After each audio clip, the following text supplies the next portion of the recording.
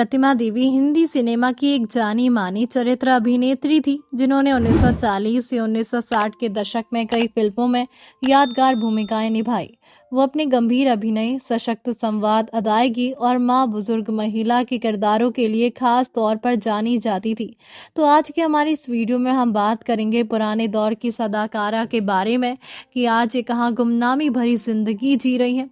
लेकिन उससे पहले हर बार की तरह आपको याद दिला दें, अगर आप हमारे चैनल पर नए हैं तो चैनल को जरूर सब्सक्राइब कर लें।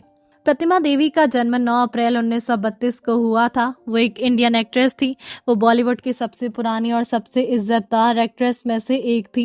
वो 1940 के दशक में कैरेक्टर आर्टिस्ट थी और 1980 के दशक में आखिर तक काम करती रही।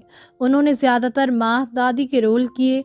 उन्होंने डॉक्टर कोटनीस की अमर कहानी 1946, दुलारी 1949, जोगन 1950, अलबेला 1951, सीमा 1955, देवदास 1955, नया दौर 1957, कागज के फूल 1959, तेरे घर के सामने 1963, ममता 1966, गबन 1966, पाकीजा 1972 और कई दूसरी फिल्मों में काम किया। खैरुनिस्सा सुलेमान के रूप में जन्मी प्रतिमा देवी हिंदी सिनेमा में एक मशहूर कैरेक्टर एक्टर थी, जो मुख्य रूप से मां के रोल करने के लिए जानी जाती थी। 4 दशक से ज्यादा के करियर में उन्होंने लगभग 200 फिल्मों में काम किया। बॉम्बे टॉकीज के हिमांशु राय द्वारा खोजी गई उन्होंने निर्मला 1938 में अपनी शुरुआत की और बाद में प्रभात फिल्म्स और कारदार प्रोडक्शन जैसे बड़े प्रोडक्शन हाउस के साथ काम किया। उन्होंने सीमा 1955, देवदास 1955, नया दौर 1957, ज्वेल थीफ 1967 और सीता और गीता 1972 जैसी फिल्मों में दिलीप कुमार, देवानंद, शम्मी कपूर और माला सिन्हा जैसे टॉप स्टार्स के लिए मां के रोल किए। उनकी एक्टिंग में ग्रेस और अपनापन था, जिसमें उन्हें स्क्रीन पर एक पसंदीदा प्रेजेंस बना दिया। निजी संघर्षों के बावजूद उन्होंने एक स्थायी सिनेमाई विरासत बनाई। यहाँ तक कि उन्होंने कभी कभी नकारात्मक भूमिकाएं भी निभाई, जैसे कि सोने की चिड़िया 1958 में।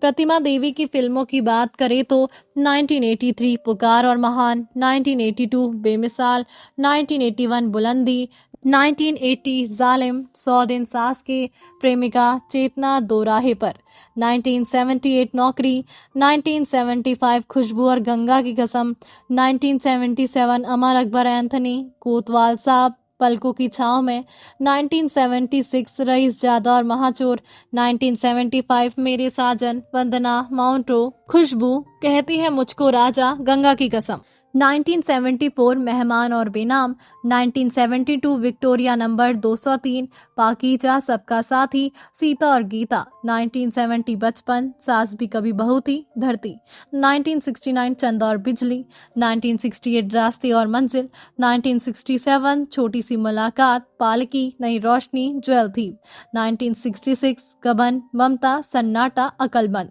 1965 सहेली, 1964 जीत चाहता है, शगुन, सरफरोश, इशारा, गजल, चांदी की दीवार जैसी फिल्में शामिल हैं, जिसमें उन्होंने बेहतरीन अभिनय किया और लोकप्रियता हासिल की। प्रतिमा देवी की खासियत थी कि वे अपने किरदार को पूरी सच्चाई और भावनाओं के साथ निभाती थी। माँ, दादी या सामाजिक रूप से मजबूत महिला के रोल में वे बहुत प्रभावशाली लगती थी। उनकी आवाज़ और चेहरे के भाव दर्शकों पर गहरा असर छोड़ते थे। उन्होंने हिंदी सिनेमा में चरित्र अभिनेत्रियों की पहचान को मजबूत किया। उनके अभिनय ने फिल्मों की कहानी को गहराई दी, भले ही वे मुख्य भूमिका में नहीं थी।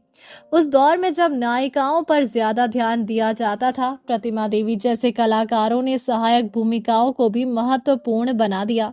प्रतिमा देवी बॉलीवुड की सबसे पुरानी और सम्मानित अभिनेत्रियों में से एक है। उन्हें ज्यादातर माँ और दादी की भूमिकाओं में देखा गया है।